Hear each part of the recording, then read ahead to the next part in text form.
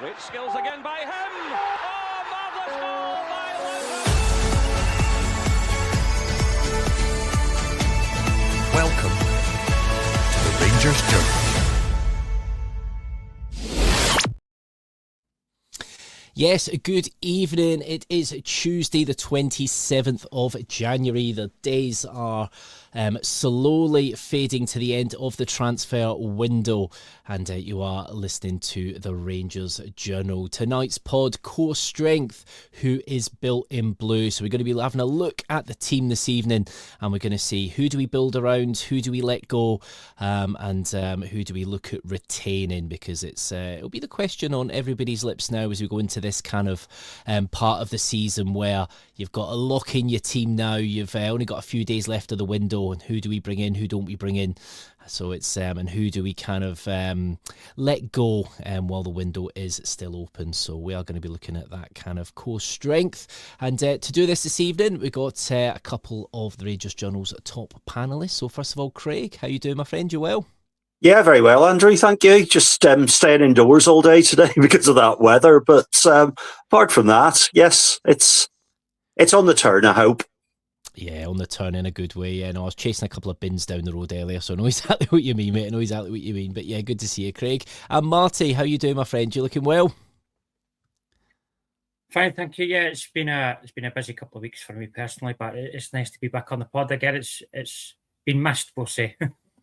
Oh, definitely, we have missed you, mate. We have missed you, and it's a good time to be a Rangers fan at the minute. All that despair in August has suddenly kind of shifted 180, and yeah, we've definitely got a lot to look forward to, hopefully, over the coming weeks. But yes, don't forget, tonight's pod is proudly sponsored by the wonderful guys over at the Bluebells Bar in Puerto del Carmen in glorious Lanzarote. So when you're over in the sunny Spanish Canary Islands, you'll find not just warm sun, but a warm welcome at the only Rangers bar in Puerto del Carmen. Family friendly, eat, drink, chill or party. So do camp out there and you'll get all the Rangers games there as well. And yes, they do show every single Rangers game live. So nothing better than watching the Bears in the scorching heat. Or if it's a bit too warm, take a bit of shade there and have a nice cocktail while you watch the Bears, and hopefully watch the Bears pick up another 3 points, which is something we've been doing a lot lately when it comes to Rangers, which has been quite impressive, actually.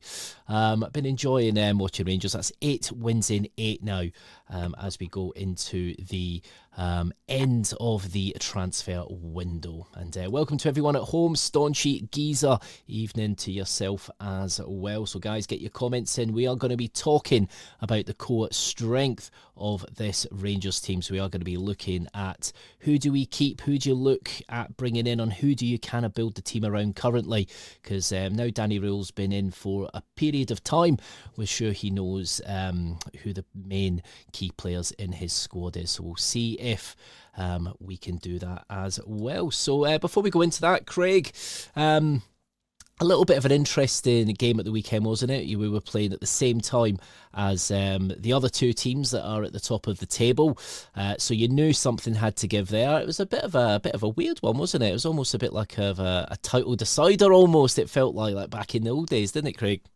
Yes, very much so. Obviously, I watched our game, and it wasn't exactly a classic, and it was a case of job done, I think.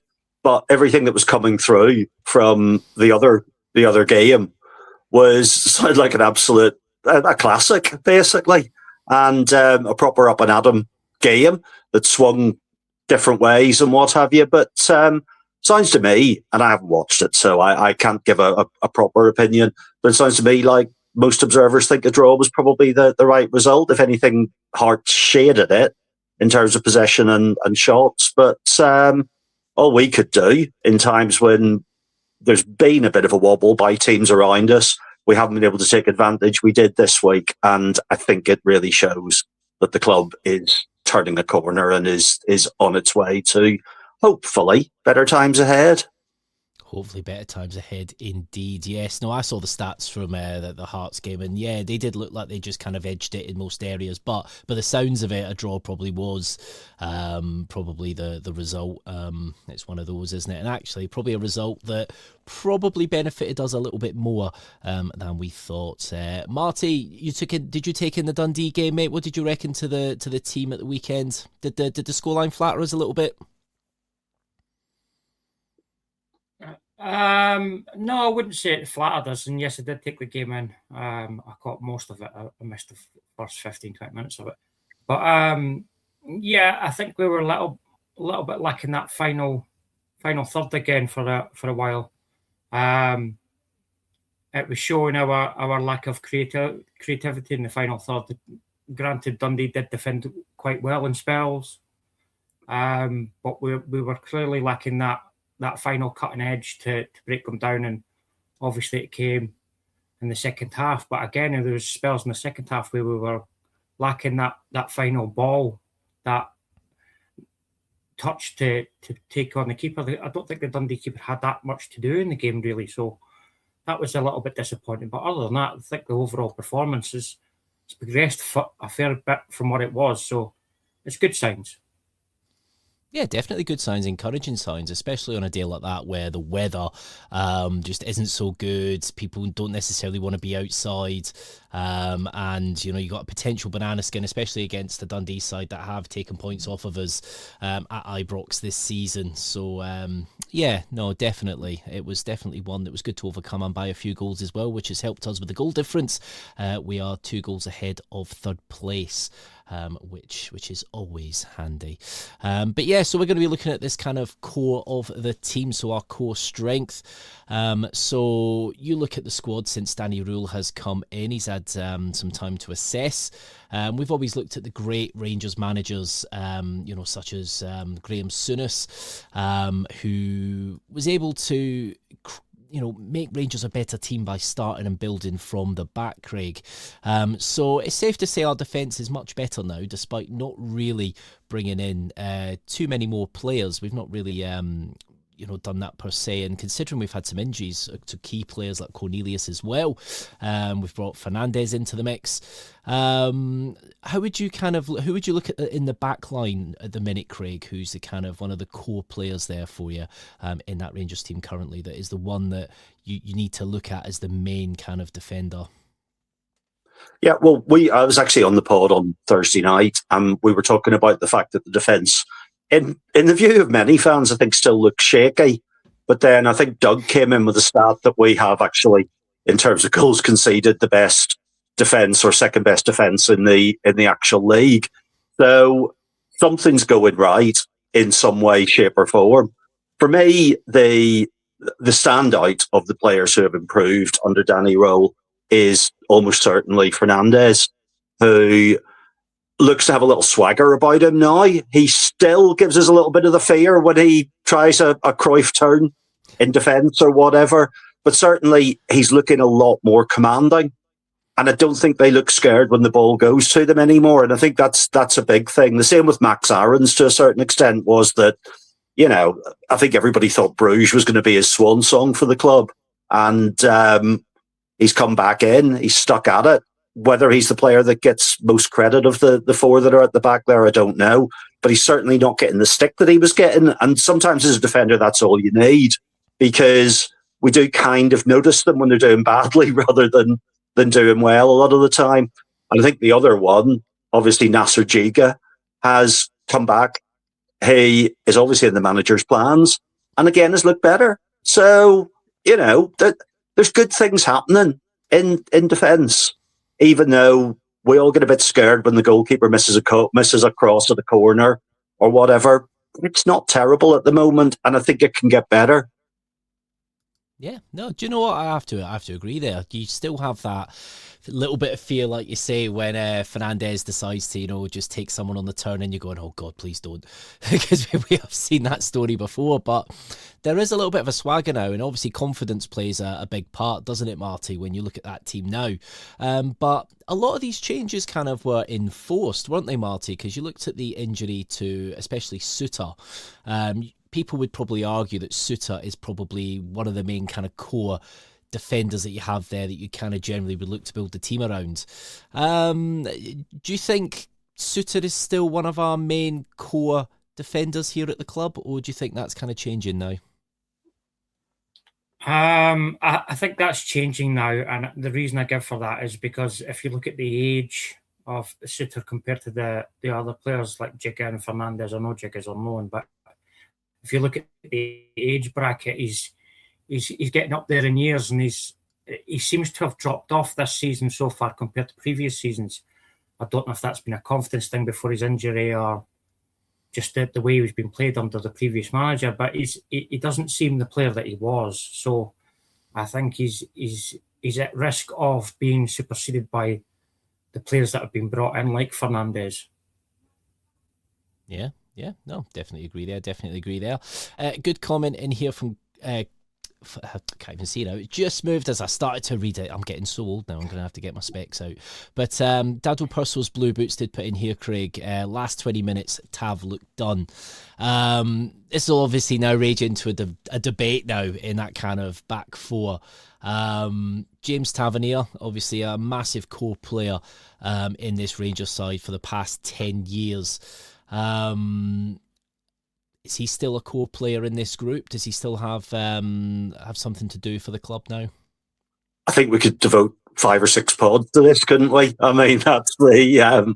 I think it's the eternal question, and you're always going to have people on different sides of that debate.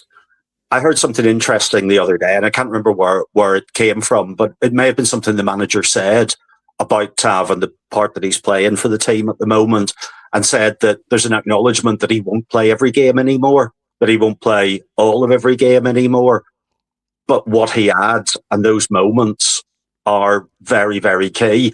Now, not going to talk about it defensively the other day, but at 0-0 after 50 minutes and struggling to break down a very resolute Dundee team who were well organised, looked to have it kind of sewn up.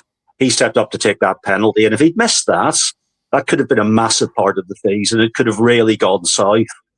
He put it away again. And despite the fact that there are people out there who still will have a go at him, still have a dig and stuff, moments like that are absolutely precious. And for me, I'm in the Tav camp, although I accept what the manager says about using him sparingly, both in terms of games and minutes going forward, because as Marty said, there's these younger lads coming in now. They've got the legs, they've got the energy. And somebody we didn't mention earlier was Jaden Magoma, who looks like he could run all day, which is fantastic, and probably could play 70 games a season without even breaking sweat. So, it's there, but I still think he's got a part to play in these last 15 games, even if some of it is talking to them before they go onto the pitch. Yeah, no, definitely. He's part of that leadership team and is heavily involved in a lot of that stuff. So definitely, I do agree. He's one of the few players in this team now that actually has won a league title. We used to have people like Stephen Davis and others, Alan McGregor, who's experienced that before, but he's kind of the only man there really now, isn't he, that has experienced that. Marty, obviously, we are talking about the back line at the minute. Currently, at the weekend, it was obviously Magoma, Fernandez, Deja and Tavernier, which is not, I think, a back line we would have foreseen a few months ago in the league. Do you think the enforced changes with Suter's injury and Cornelius' injury has made Rule realise that we might actually have a little bit of a better back line with these guys? Or is it just the fact that Danny Rule has managed to coach these guys into being better defenders? What do you reckon? I actually think that he's coached them into better defenders, because if you look at the mistakes Jigga was making previously under the previous manager, it was regular as clockwork. It was a case of if the ball went near him, you went, oh no, here we go. I think there was an error in judgment against Dundee where he was caught behind the ball.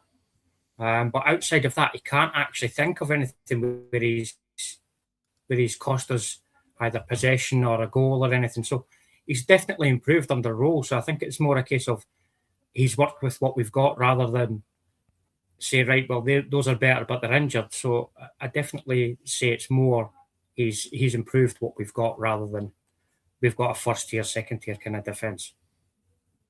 Yeah, no, well said, well said.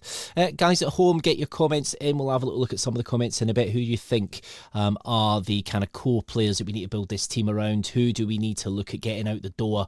And also, who do you think we could bring in that could, benefit and complement the kind of core of our team currently? Guys at home, there are 104 watching on Twitter currently. We've got a few on Facebook, and we've got quite a few on YouTube as well. But guys, do head over to YouTube, like and subscribe to the Rangers Journal. That's the best way to watch, and you'll be notified if you turn the notification icon on anytime that the Rangers Journal does go live. So we are talking core strength of our squad at the minute. We are in a pivotal part of the season. We are in January. We've got a few days left of the window. We've obviously brought in some players as well. We've had a look at the back line there. Let's have a look at midfield. So Craig, who's your kind of main midfielder that you look at is that needs to be there, that has to be there and has to be starting every game currently? I think, and again, this hasn't been a constant all season, but I think, especially with the loss of Barron for a long term, I think that Nico Raskin has to play in games and start in the middle of that three that Role seems to enjoy. The question then will be, does Diamande start? The new lad, Chukwani, I don't think we've seen enough of him yet, but it was a promising debut. And we've got players who can cover that. But in terms of midfield, I think he's now starting to play again like he did. He's still got a way to go. And I don't think he's above criticism in any way, shape or form. And I know we do always get a lot of comments, oh, Nico's been honking first half and stuff, because I think we build him up to be an excellent player. And sometimes in that position, for no reason of your own, games can just pass you by. But I think he needs to be on, because I think he gives us that bite. And there's always that chance of getting up front, getting a goal. And as a defensive midfielder, I think that's at the base of the spine. I'd love to see Connor Barron back before the end of the season, because I really think he was running into a fabulous vein of form and really showing that he's a player that was a massive plus in the tick box for the recruitment team at a time when really he was fairly unheralded when he arrived, and it's taken him about a year to hit his straps. But I would say him. But definitely for me, Raskin, although Marty might take a different view. Yeah, no, definitely agree. Marty, do you think that, obviously we look at Nico Raskin and we look at the way he's kind of played in his Rangers career. He always generally has like a little 6 months of being brilliant and then really tapers off. He's a very seesaw type player. Now, is it a coincidence that now we've just seen him suddenly starting to come good as the whole team are coming good? Or is that just, again, is that Danny Rule and everybody's understanding what's expected and players are just playing better? A little bit of the latter, but I do believe that the issue that you had with Russell Martin has been slightly underestimated. That seemed to really, really dent him, because he obviously seen himself as an integral part of the Rangers team. And with the issues that he had with Russell Martin, he seemed a shadow of his former self when he did come back towards the end of Russell Martin, and obviously the start of Danny Role. I do agree with Craig. He has come back towards the Raskin that we know. I just hope there's a little bit more from him this season, that he doesn't drop in form again. But I do personally think that it was more down to the situation behind the scenes that was affecting his performances more than anything. Because as much as players say that they let the stuff that's off the pitch stay off the pitch, it's never the case. It's always going to affect his mentality. So I think now that that's all done and dusted, and he knows where he is and knows where he wants to be, I think we're actually starting to see the old Raskin back, which is only a good thing for Rangers. 100%. I do agree, Marty. I do agree with the stuff that was going on behind the scenes. Obviously, we will never fully know what went on there, but you could see it kind of went hand in hand. The fact that we were trying to play to a system that the players definitely were not comfortable with, that couldn't really do it. We couldn't score, we couldn't defend, we were just moving the ball and giving it away, and it was affecting every player's form as well. You know, we had the odd game like, I think, Panathinaikos and the odd European qualifier where suddenly we looked better. But then it was just, that was it. We were then done, weren't we? So no, I totally agree, Marty. I think a lot has had to be undone by Danny Rule that was kind of in place from Russell Martin. I do feel that Martin just almost took footballing ability away from these players and they're having to learn again almost. You bring in, you know, not to go off on a tangent, but, you know, when you look at the wingers like Kasama, you look at Antman as well, you know, two highly rated wingers that suddenly then couldn't play football. And it's just, again, it's that blooming system that was there. So, yeah, no, I definitely agree, Marty. Well said. Marty, I'll stay with you for just a second. Do you think there's anybody else in midfield that is a core player at the minute currently, along with Raskin? Unfortunately, I'll have to agree with Craig. I think that's all right. For the future, we definitely need to look at players like Barron. I think we have to have players like him that we build a squad around in midfield, because without him at our core, we're just not as strong in midfield. If you look at some of the games that we've had without Raskin or Barron in, we've just not had that strength in midfield. We've not had the defensive capabilities to help the defence when they need it. And we lose somewhat of an attacking threat as well. I mean, if you think of the forward passes that both Raskin and Barron make, it can cut defences open. So I think, depending on how Raskin is and his attitude and whether he wants to stay at Rangers or not, I think Barron's one for the future to build a team around. And obviously we started that with our new recruit that played at the weekend. So for me, it'd be more Barron than Raskin. Yeah, no, I do like Connor Barron. And actually, Craig, I'll ask you this, did you think Connor Barron being missing now was going to be a bit of a bigger loss than what it currently has been? Or do you think we still are missing that?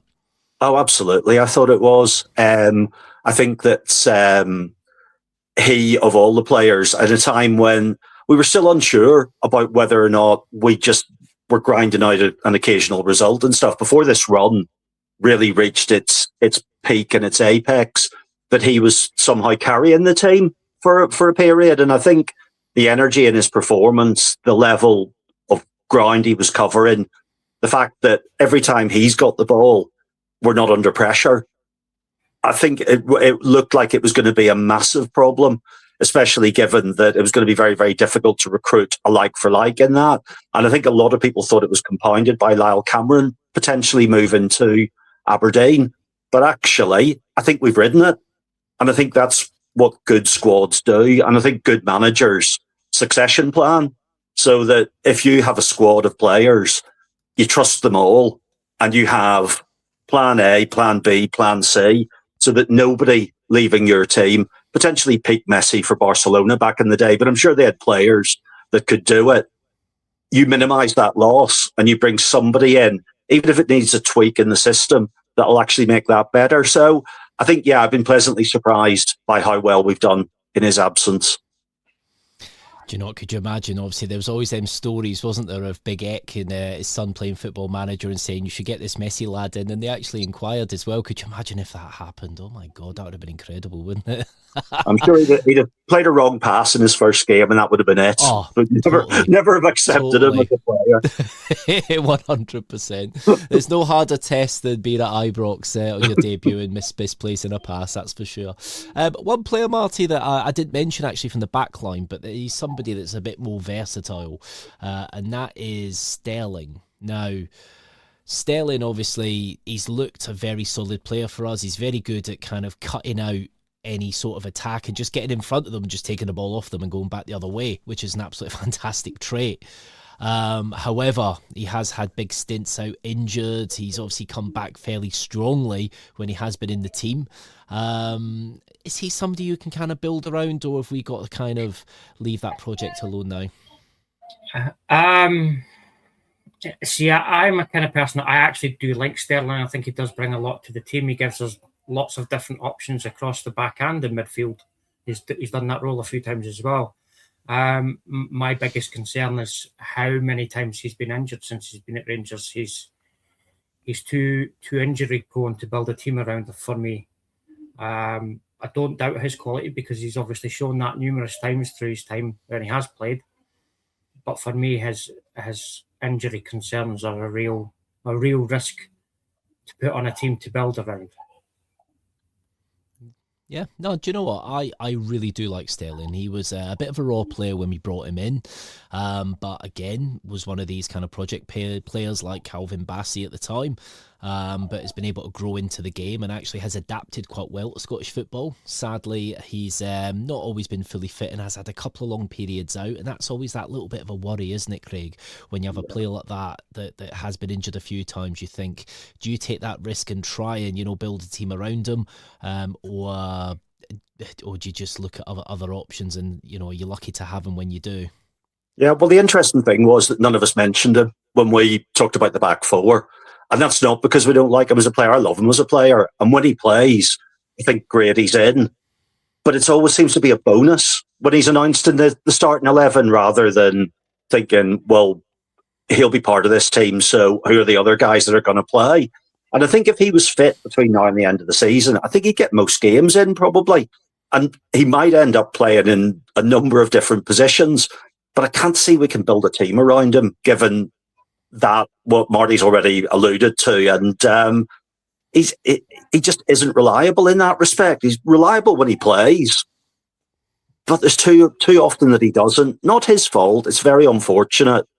But I think we need to be looking elsewhere for seeing that absolute core of the team. Yeah, no, it's one of those, isn't it? I absolutely love Sterling. I think he's a fantastic player on his day, and you're always, especially when you go into an Old Firm game and you see him on the team sheet, you go, right, they are going to struggle where he is, because he really is an absolute brick wall if he's in that back line. And his versatility is so handy because he's very comfortable in numerous positions. So, yeah, no, I do agree. So let's have a wee chat about Mohamed Diomande, Marty. So people talk about the kind of Diomande Raskin kind of pivot, if we can call it that. It kind of we've seen it before where it's been under different managers. It's been used to kind of control games and kind of create goals. You have that one stay, one goes. Is that the best kind of double pivot in Scottish football, would you say? Or do you think there's still, weaknesses to Diomande's game? I'd probably say there's still weaknesses to Diomande's game. He has somewhat of a bookable temperament, we'll say. He likes to throw himself into tackles needlessly and ends up getting booked for them. So I wouldn't say they were the best pairing that we have or in Scottish football. I think if you put Raskin and Barn together, because they're so similar, they would bounce off each other, where if one goes, the other one knows to stay, whereas Diomande's not quite on the same level. He's more attacking than he is defending. And that the temperament is a real concern for me, because there's been quite a lot of tackles that you've gone, ooh, that could have been worse than a yellow, or he's not got booked when realistically looking at it, he should have got booked. So for me, it's as good as a player as he is, he's somewhat of a risk when he's in the team, because you don't know what temperament he's in and whether he's going to go flying into a tackle or not. Yeah, do you know what? That is one of the things that does bother me with Diomande is, and you're completely correct there as well. You've looked at that quite level-headedly. There has been many an occasion you go, he could have got a red for that. He could have got a red for that. And of course, he has had red cards as well previously. And you can't have somebody that kind of... You want somebody with a temperament in certain games, don't you, Craig? That you want them to be boisterous. You want them to be kind of getting in about everything and not kind of chickening out of challenges. But there is a bit of a fine line, isn't there? Diomande, obviously, again, similar to Raskin in the respect of form, where there are periods where he doesn't seem to play too well, not as attacking, because he's probably a bit more better in that kind of the attacking role, isn't he? Or sometimes there was a lot of sideways passing. But since that Old Firm game, he's just suddenly kind of, like Raskin, just kind of kicked on from there, hasn't he? Is this his form now? Is he going to stay in this form, or do you think it's going to ebb and flow, Craig? Well, again, I'm a big believer in the manager as well as this manager. And I do feel that a lot of these players, they're all good players. They're all professionals. They've all been the best player in their teams the whole way up through to get to this level and to do it. So once they get to where we are now, there's a reason why they're not performing. Now, it might be something in their head, it might be whatever. But if you've got a manager who's actually sat there going, right, how do I solve the Diamandi puzzle? How do I look at where he thrives, what situations he thrives in? Who can I put beside him that's going to make him a better player? You know, what do I want from him? What at the end of the day, when we analyse all the data that's going on in the game, do I want to see on his heat map, his touches, the amount of ground he's covered, etc., and where he's covered it? And I do hope that what we're seeing now is Danny Roll working with him and other players and getting the best out of them. That said, if he gets a yellow card, I'd immediately substitute him, because I still feel, I don't think he's a dirty player, but I just don't think he's a savvy player. You know, there was a guy, I can't remember who it was now, that played down here, and they said about this lad that if he got booked, he'd never get a second one because he knew exactly what to do in that situation. I don't think Diamandi's quite got that, unfortunately, but I think he's an asset when he's on this form, and I think hopefully we're going to get a good run out of him. If he gets 10 games between now and the end of the season, and heaven forbid we do well by the end of it, then great. Do you know what, you think of 10 games and you don't think of that as many, really, do you? But actually, we've only got about 14, 15 games left, haven't we, of the season, which is a lot, but isn't a lot at the same time. You know, we're definitely going to be counting the games down now as we get to this point in the season. Marty, go for it, Marty, mate. I'm making a cross relation here. It's kind of relevant, but it isn't. There's a French driver who used to drive in Formula One called Romain Grosjean. Yeah. And he was forever known for crashes and accidents. And that seemed to drop significantly once he had the psychologist help him. And I'm wondering if something along those lines would help Diamandi with his temperament, and that would overall make him a better player. Yeah, do you know what? Well, we have been looking at a lot, haven't we? We've actually been bringing in set piece coaches. We've been looking at a lot of other areas, and psychology is a big part of the game as well. And with some players, I think some players not necessarily see red, but they might need to kind of retrain themselves from their kind of, for some people, was a bit more of a natural instinct sometimes, isn't it? But I do agree, because Diamandi, you do think sometimes this could cost us if he gets a card. And actually, I'll stay with you, Marty, because another player that we're going to talk about now is Asgard, and it's somebody that obviously has some talent, doesn't necessarily seem to show it in some of the bigger games, but definitely does seem to show it against the rest of the SPFL. Has a kind of slow challenge in him where he could be sent off. Obviously has had some red cards this season. What do you see for Asgard? Is he a core element to this squad, or is there still work to be done there?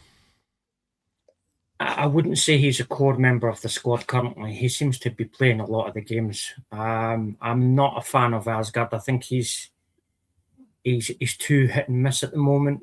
If he can get some regular form where he plays well in each game, rather than having games where time passes him by as if he's not on the pitch, then I'd be a little bit more happy. But I wouldn't say he's got an issue with his temperament, because if you look at his record, he's not actually been sent off that many times. So he's had a few issues so far this season, but overall he's a relatively calm player from the books and the records. So I wouldn't have a problem, and I certainly wouldn't have the concern of him getting sent off, at least not very often anyway. But my concern is his form. It seems too much of an up and down situation at the minute, and for me, there's too many games that seem to pass him by. I think we need to try and alleviate that a little bit so that he's more involved in each game rather than just being a spectator on the pitch. Yeah, he's definitely not a dirty player. You see that in football sometimes, that the players do go in. I just think he's a little slow sometimes in the kind of challenge, and you think, oh, you know what, his stud's been left in there, or something like that, where you think, oh, it's quite lazy more than anything in that respect. And I don't really want to call him lazy, because it's not exactly what I'm kind of getting at. I think he can be useful for a bit of squad rotation. He's definitely got talent. His free kick that he scored, it doesn't matter what team you're playing against. I don't think any keeper's saving that unless you've got a keeper that's one of the best in the world at that moment and knows exactly where it's going, because that was just incredible. He might be the key, Craig, to unlocking some of these defences. Obviously, we have... Well, I say we have. This season's been a bit of a weird one, but generally we have an issue with the low block, don't we, Craig? And you kind of need somebody that can kind of undo that a little bit. Do you think Asgard could be the guy for that, or have you not seen enough yet? Yeah, I mean, I think it's Ross on the pod has described him as this is Ross Graham, as a moments player, and I think a moments player is probably a fair summary. He has given us some of the most memorable moments of this season. Unfortunately, one of them in the semi-final was, I don't think it was a dirty tackle, but it was reckless beyond belief. And it certainly was a red card in my eyes. I'm not going to say any different from that. But he can just open that up, unlock it. And the goals he has scored have been very, very high quality in terms of that. Again, it's if you're playing well enough and you've got 10 players who can make that luxury player worth the effort and the risk.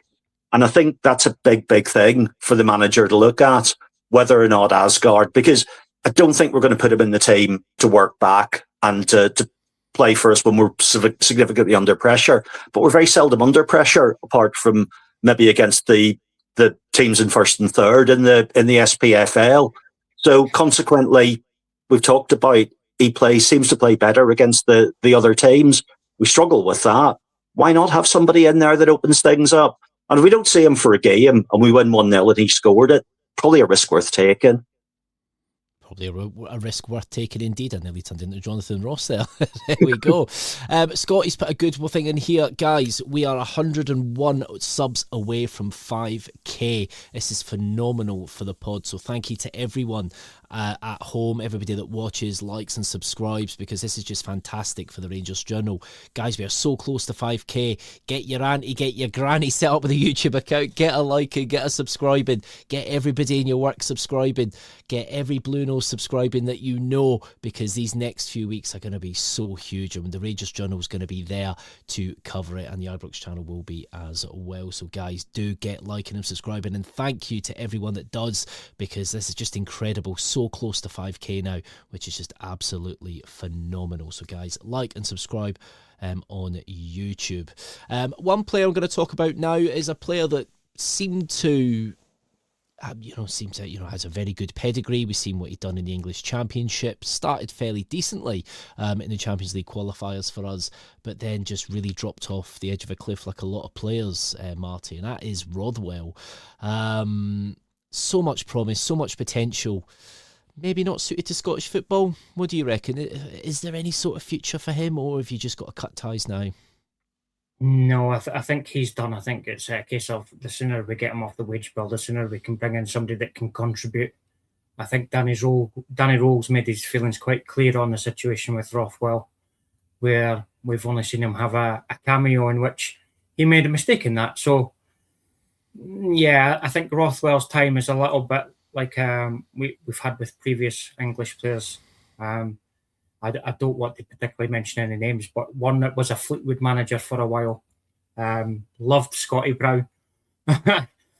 He didn't spend long up at Scottish football either, so it's not an unknown that we've had players come up and that haven't met the grade, or whether they've struggled, or there's something that's stopped them performing to their best. But I think we've seen what we can from Rothwell, and I don't think his future is in Scottish football. I think it's going to be back down in the Championship, unfortunately. Well, it does sound like there has been some steps made in regards to Rothwell. There is a rumour that we kind of heard at the Journal earlier today that he has cleared out his locker, so it sounds like a move is likely on the cards, because I don't think he's got his P45, but you know what, Craig, wish him well. Played very well in the English Championship, didn't he, Craig? He's definitely a footballer, but maybe just not suited to Scottish football, is he? Yeah, I watched him a lot in the Championship last year, and I thought he was a cracking player. And I thought he was going to be the key to this low block problem, because he was a player who could probe and ping little balls around and stuff. I've thought about this a lot because I agree with Marty. He has to go. It just hasn't worked out at all. And I think while other players have improved under Roll, he just doesn't seem to have cut that mustard. I think when he went to Leeds United, he went with literally no expectation. He was just that guy they signed one day because people were getting on their backs. They hadn't made a sign-in. People expected nothing from him and got loads. Then, of course, because he played well last year, we expected a lot and got what I think originally everybody expected from him. So I think, yeah, Marty's right. It's time to cut those ties. I think his race is run here, and I wish him very well for the future. And I think he may go somewhere and do well, but I don't think anybody would begrudge him that. Yeah, Dado Purcell's Blue Boots says the Blades are in for him, so that would be a fairly decent move still, to be fair, down at a very good club down there. And obviously there has been talk of Clement looking to take Rabi Matondo, which be doing us a favour there, I think, definitely. This is some interesting debate because I think this really showed the 49ers Enterprises and, of course, Andrew Kavanagh that it isn't just as simple as getting some decent players for the English Championship and you'll walk it up here in Scotland.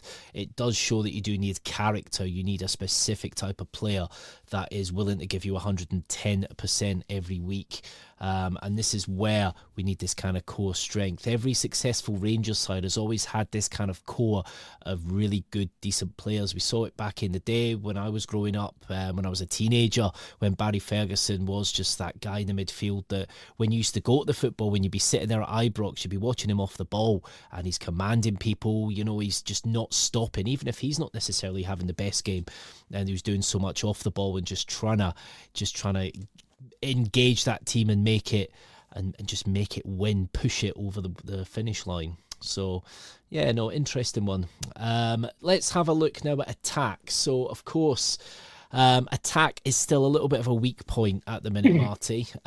We've got obviously one of our highest outlays on a striker in Yusuf Chermiti currently, who's currently out the squad due to illness more than anything.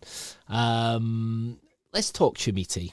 Obviously, in theory, should be the kind of top striker. I think we did miss him at the weekend, per se, looking at that kind of attack. There wasn't that player there to kind of link everything together. It's a difficult one, isn't it? Because Chermiti's not scoring all the time. He has, I think, he got about 3 or 4 goals currently, but he's not scoring every week. What do you reckon, Chermiti? Do we need to move his position maybe a little bit, or do we need to just, the goals will come if we've got better creativity? What do you reckon? Is he a core member here? I think with the current players that we have got up front, I think he has to be a core member because when he has played, yes, he may not have got goals, but he's also got a fair few assists in there as well. And he's certainly one that can do what I would say is a Morelos job and hold the ball up and win us free kicks. He does that better than Miovski does or Danilo does. So for me, overall he's a better player than the other options we have.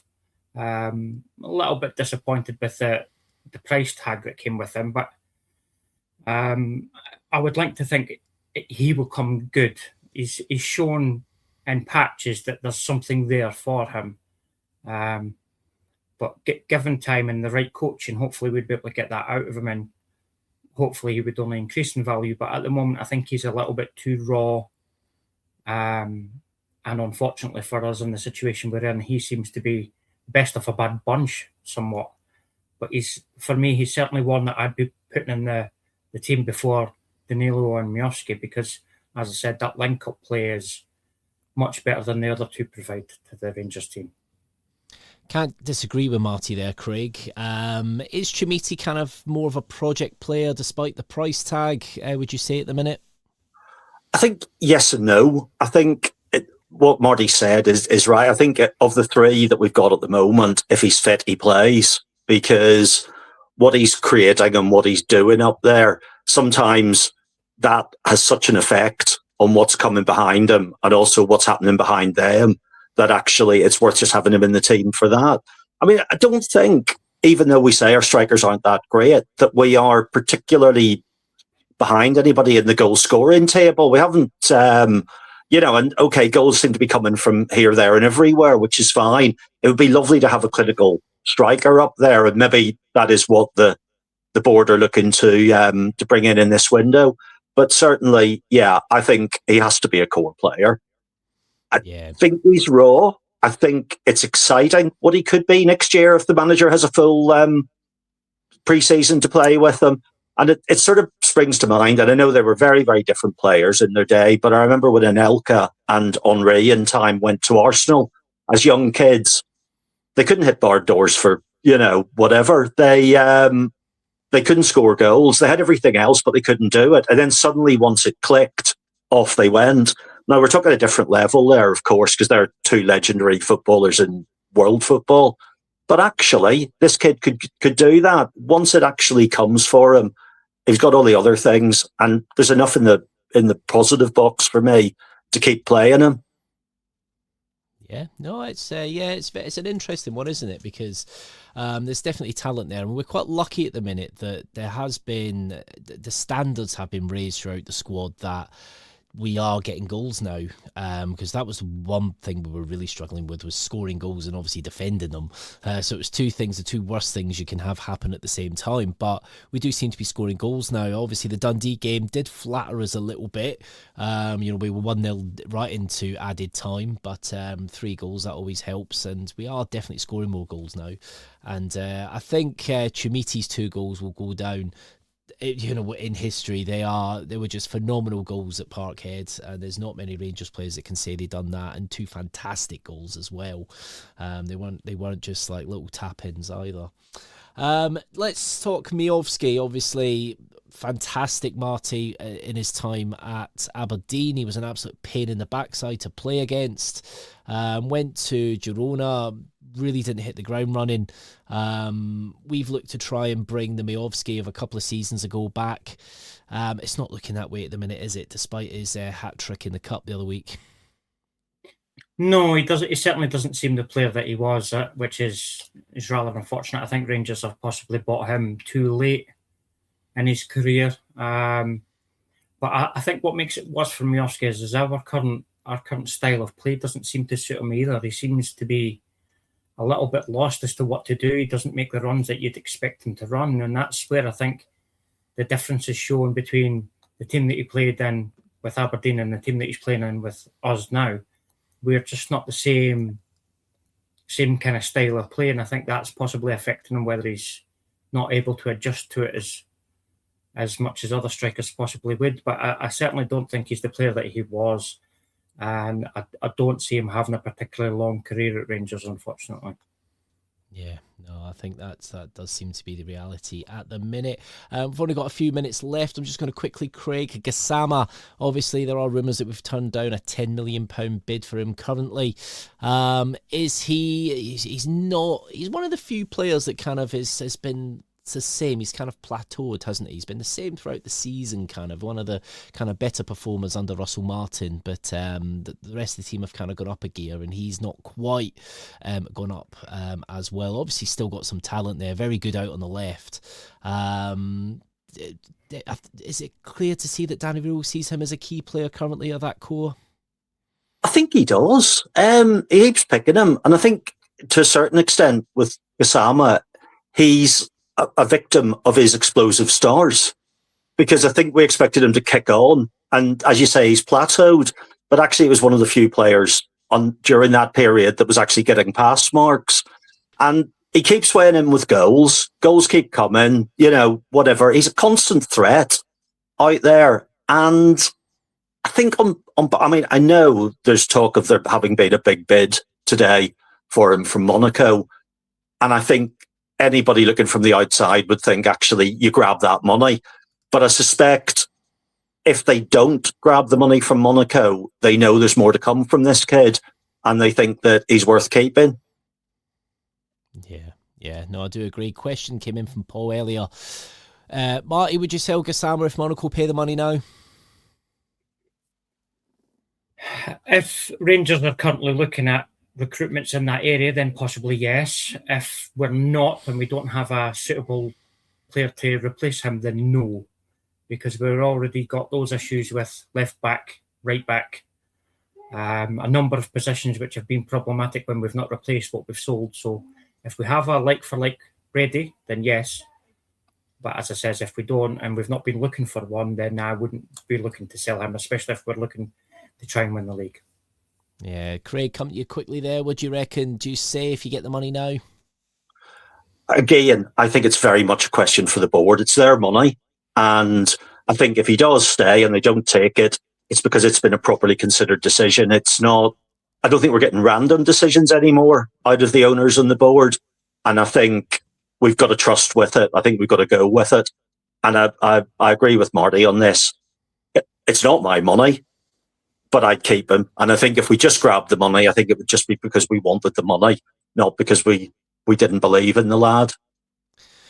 I always look at things like PSR and things like that, but allegedly we're still in a fairly good place and we don't have to sell currently.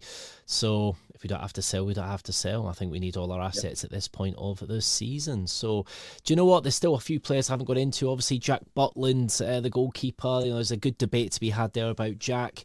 Obviously, some of the tactics and things about the squad depth, the 3-5-2 formation, and concerns about the amount of loan players that we have. Do we have to rebuild completely next year? But I think we'll try and get another pod in on the subject. But it's been a fantastic debate tonight, talking about Rangers' core strengths. So I'd just like to thank Craig. Thank you for coming on, mate.